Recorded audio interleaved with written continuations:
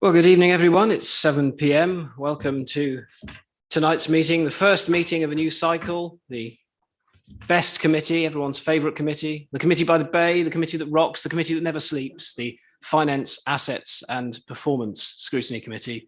Knee-deep in the hoopla with us tonight, in addition to the members of the committee, playing corporation games is Councillor Stephen Sweeney, the portfolio holder for finance and other things. At the far end is counting the money underneath the table, the head of finance, and playing the mambo, our officer taking the minutes. We have, as a committee, not changed our remit since before, although we have got some new members with us now.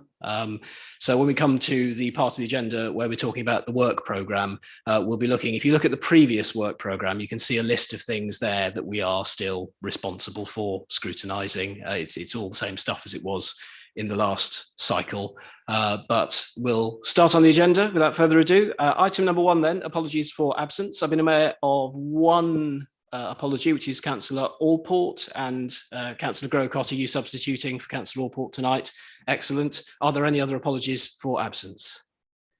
No apologies. Excellent. Item number two, declarations of interest. Does anyone have a declaration of interest to make in respect of any item tonight? I see shaking of heads. No. Item number three, then, the minutes of the previous meeting. We no longer have paper copies of these things because we're environmental, but if you're able to download those or see them in front of you now, does anybody have any questions or comments on the minutes? No, in that case, can we agree them as a true and accurate record? I'll take that as a yes, thank you very much. Item number four then is the update from Cabinet. And I believe there is one item that we had at our last meeting of the last cycle. Councillor Sweeney. Thank you, Chairman. If the officer can just pass the sheet of paper around, please. Thank you. I withdraw my previous comment about not having things printed out. This would be a late exception to that.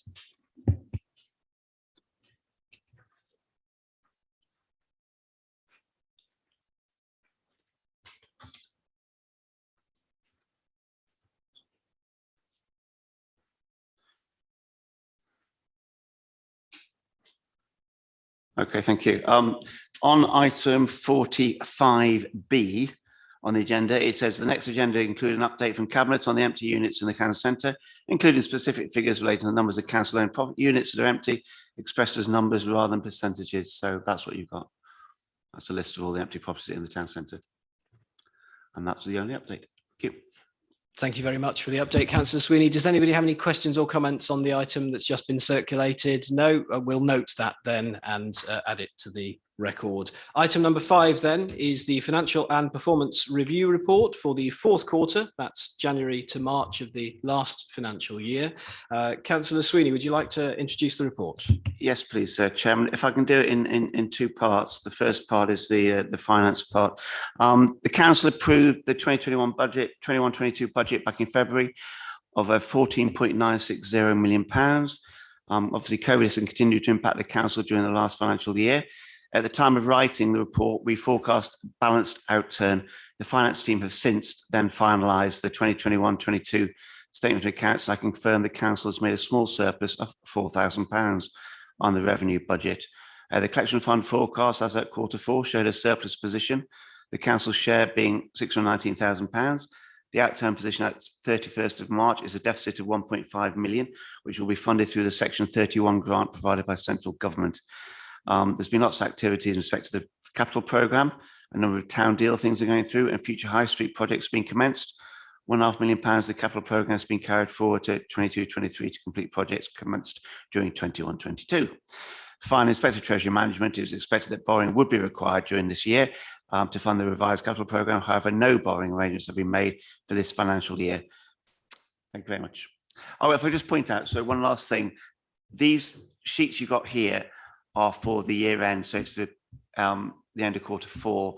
We're now, today, it's the end of quarter one in the following year. So you're actually going back 3 months, if you understand what I mean. Thank you. Thank you very much, Councillor Sweeney. Does anybody firstly have any comments on the report or the financial position for quarter four before we go on to the performance indicators? So we'll do the report first and then the indicators. I can see a couple of members. I'll go with Councillor Stubbs and then Councillor Bentley-Smith.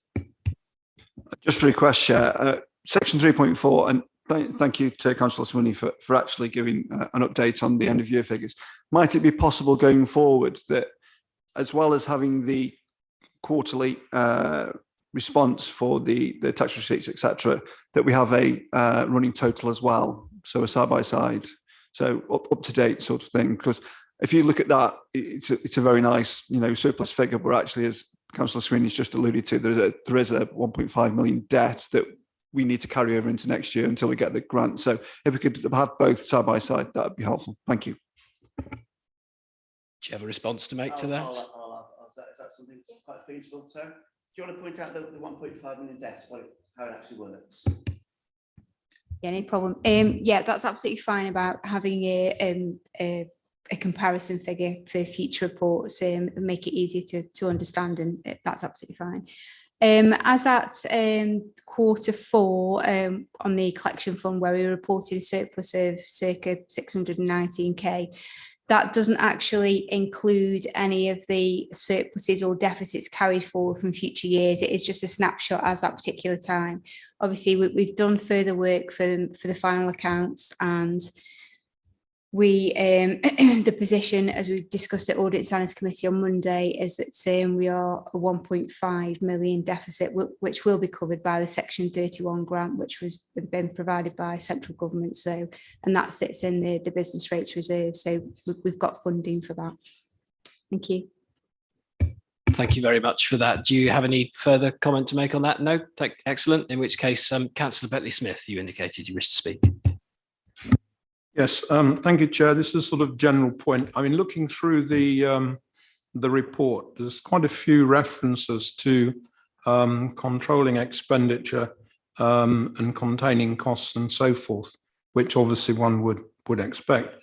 But there doesn't seem to be any reference, and this is more relevant going forward, to current inflation, the effects of that, and countermeasures that are being taken to deal with it. Thank you. Councillor Sweeney. Yeah, Councillor Bentley.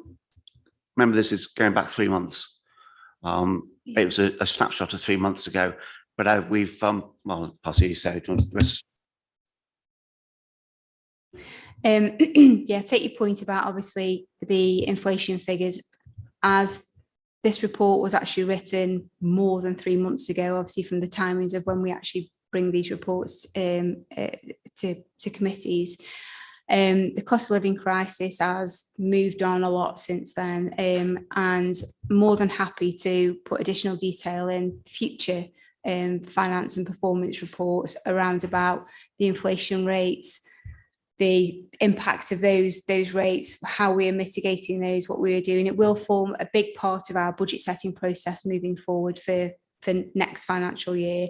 We're already starting to look at how we're going to cover those gaps at the moment for the inflation increases, and we're closely monitoring it. So it is something that we are working on, but certainly we can put some more information in future reports to aid you. Not a problem. Thank you. If that's a helpful answer, is that satisfactory? If we look in the future, we'll expect to see more detail about how the council is handling the changed financial circumstances we find ourselves in, particularly the higher inflation rate that we're seeing. Yes, thank you, Chairman. I think that answers it. It's obviously, I made the point on this, but it is really relevant going forward, and that's what I'm looking for in future. Thank you. Very much for that. Are there any further comments on the report or the financial position? In that case, we'll move on then to the performance indicators. Now that we're digital only, everyone will have the colourful symbols to the right-hand side that will show you how we're doing. I can only see one that is red rated, and I don't know if our portfolio holder who's representing the Cabinet tonight would like to comment on that. It's about sickness absence. So we'll still talk about that first, and then if anybody's got any others they'd like to raise. I'll just point out that 81% is on target, which I don't think is a bad achievement. In fact, I think it's an excellent achievement, to be honest with you. Yeah, there's only one red one, and that is sickness absence. Again, you're going back 3 months, remember, Omicron and things like that, people starting to come back to work when, if they'd have been at home and got Omicron, they'd have carried on working, they come up to work, they go off sick. It's a different thing. But as the only one, I think the officers are very confident that Q1 that will have disappeared, that red box. And I think it's an excellent set of reports, to be honest with you. I really haven't got a problem with it, but if you want to ask me your questions, feel free. Thank you very much for that, Councillor Sweeney. Are there any other performance indicators that members would like to highlight or probe into? Councillor Stubbs. It actually breaks my heart that Councillor Fear is not here to do this on my behalf. I know it sounds so flippant, and I don't want it to be. We constantly go round and round and round with the symbols. I'm really uncomfortable that we're showing ticks for things that we don't set targets for. You know, you can't claim victories, you can't claim positivity when there's no targets. So can we think of a way, and I'm not saying it needs to be done in the next week, you know, in the next quarter, can we think of a way that actually we're not trying to claim a victory for something that hasn't been measured? You know, it's very clear. The key says no target set, no target set. And yes, we've got big green ticks and gold ticks. Well, that's trying to send a message that isn't actually true. So can I ask that the portfolio holder and the manager please come up with something that is actually a little bit more correct? I have many ideas if they want to come and ask me. Thank you. I think that may be a worthwhile thing. As members who've been on this committee previously will know, we've been through several phases of symbology. We've had different ways of displaying how happy or sad we are with the different indicators that were being shown. Smiley face is the best. Smiley face is always the best. I'm happy to endorse from the chair a request for the return of the smiley faces, not just everybody's happy smiling face here tonight, but also the ones on the reports. What I would say is that this is, as we know, a carbon copy or a version of the report that is also circulated to Cabinet. So it's our quarterly performance report, but it's also one that the Cabinet uses, and therefore the symbols that are most useful to all of us, I think, are probably the symbols that should be used.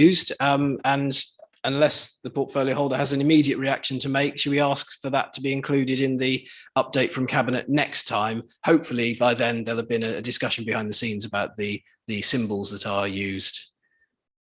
Thank you, Chair. Excellent. That's a silence there, but I'm sure that will come back from the Cabinet with sensible thoughts. And if Councillor Stubbs would like, if you'd like to, Actually sensible there, Chair. Drop them a line. Excellent. Are there any other questions or comments on the performance indicators? If not, we shall move on, and I will find the window that has my agenda on.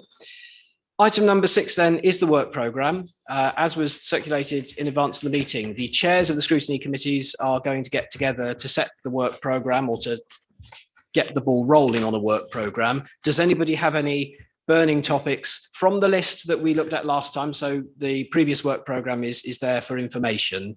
The items and topics that are included at the top of that are things that are within the remit of this committee, but very happy to receive suggestions now, or indeed after the meeting, if anyone would like to drop me an email, or our officers present as well. Councillor Stubbs. Just a very quick one, Chair, and you might be able to help me with this, and if I've missed it, I apologise. Scrutiny champions. Can you remind me what the scrutiny champions and who they might be? I will pass over to Councillor Sweeney and to our head of finance, who will know the proper answer. But having been paying attention to what's come across my desk, I believe that there are now officer champions for scrutiny as well, and that's designed to help promote the excellent scrutiny that we already do. I don't know if they've actually been appointed yet, though. Councillor Sweeney, do you have an update on that? It's for this committee, it's Roger Tays. There you are. That was an excellent and brief answer. Sarah, do you have anything to add to that, particularly in relation to scrutiny champions? No, I think Denise might want to correct me at this point, but we are planning on having a meeting to discuss the scrutiny committees and scrutiny champions in those committees. The champion is there to liaise with between committee meetings. If you have anything that you want to discuss in respect of any reports or anything that's coming up to the committee, they coordinate the meetings. So we Roger would look at the actual items actually due for the agenda, make sure that everyone's got all the reports ready for the actual committee itself. Liaise with members if there was anything on those particular agendas that they wanted to discuss. So sort of a coordination kind of role as well, and advise with any of the scrutiny issues that you might have. So thank you. In a very real sense, we are all scrutiny champions. Denise, did you have anything to add to that? Just to say that they're all heads of service, so that's part of the thinking behind it, is that they're senior enough to have like a council-wide perspective and to be senior enough to be able to promote scrutiny. But yeah, like you say as well, members are champions as well. Thank you. Thanks very much for those answers. I hope that's enlightened us all. Like I say, the scrutiny chairs and vice chairs, I think, I look to Councillor Bryan, will be meeting at some point to talk about the work programmes to make sure that each scrutiny committee is within its lane and effectively scrutinising without any overlap. If you have any further suggestions, happy to take them now, or to go to the meeting and have a chat with our champions and the other chairs to see about what will be useful for us to do. Worth remembering that we've got now, as we did in the last cycle, a full 4 years. We've got 48 months of these meetings. So if anybody would like a piece of work that might take longer than a single civic year to monitor or perhaps to scrutinise effectively, that's the sort of work that we can do, and we'd be delighted to add to our work programme. If there are no further suggestions at this time, then I'll close the item, but people are very welcome to have a think about what they'd like to see this committee scrutinising either over the next municipal year or over the next 4 municipal years. And myself, or even Roger Tate, or anybody, I'm sure, on the panel up here will be delighted to have a chat with members about what's going to be on the table when we meet again. Item number 7 then on the agenda is public question time. I've had no notice of public questions. We renewed our constitution at the last annual council, and I'm delighted to say that the right of the public to question and to come to these meetings is unblemished. It remains there. So if anybody has a neighbour or a friend who would like to come and ask a question of us or raise something with us here at Scrutiny, that would be fantastic. But I'm not aware that anybody's doing so tonight, and there's nobody in the public gallery. I don't have my video window open, so I don't know if anybody's watching us online, but if anybody is, if my mother is out there, hello, they are welcome.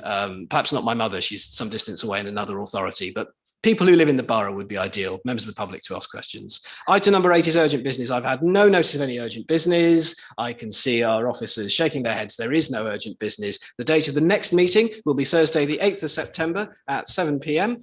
Thank you very much, everyone. Good night.